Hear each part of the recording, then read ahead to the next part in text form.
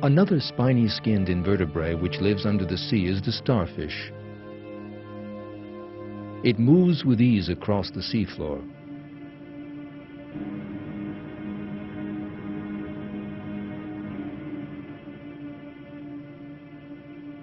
Special suction cups have been placed in its arms to allow it to cling on in safety. This allows it to climb where it chooses.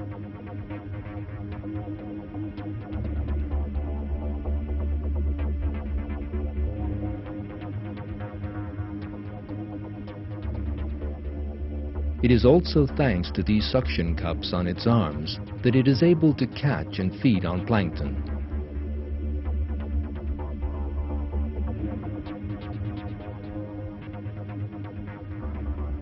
The starfish employs the hydraulic pressure method in order to move its arms in exactly the same way that machines lift heavy loads with their arms.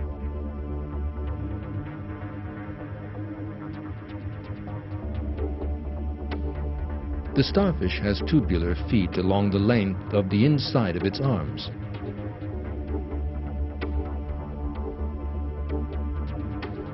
These are connected to an internal tubing system full of water.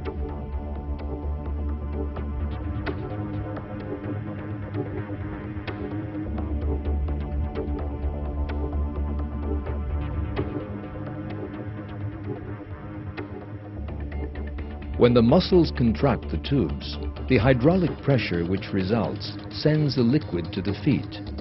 In this way, hydraulic pressure sets up a wave movement in the feet.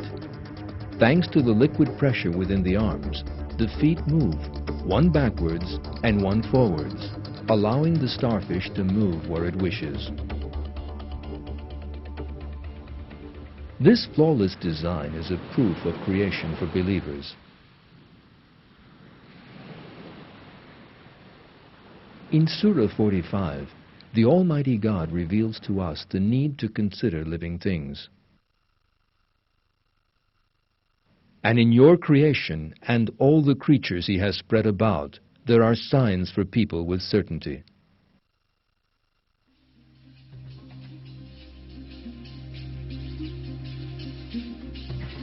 The Nautilus is living evidence of creation, proved by the fossil record to have undergone no change in the last 500 million years, and sufficient on its own to undermine the theory of evolution.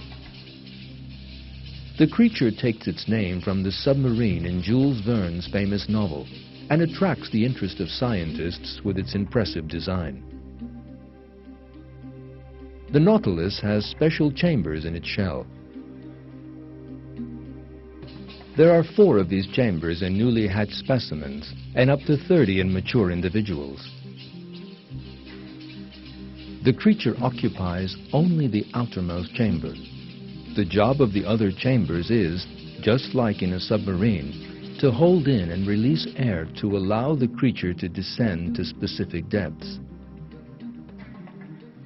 The Nautilus is thus capable of swimming at ease in depths between 90 and 450 meters. The Nautilus rises by filling these chambers with air and descends into the deep by expelling that air. But where does it find that air? Scientists seeking an answer to that question encountered a miraculous system. A special gas is produced by biochemical means inside the Nautilus's body. The gas changes place with the water in the chambers. This technique, which man began to employ in submarines in the 20th century, has been used by the Nautilus for millions of years.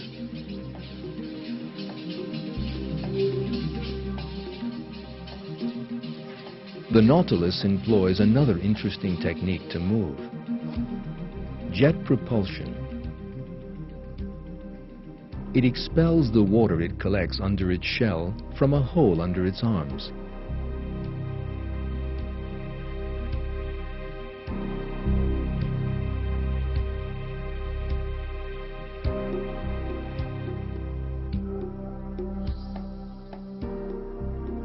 The Nautilus's shell allows it the possibility of camouflaging itself. In this technique, known as counter-shading in camouflage, someone looking down on the Nautilus from above will be unable to see it because of the thick stripes on its surface.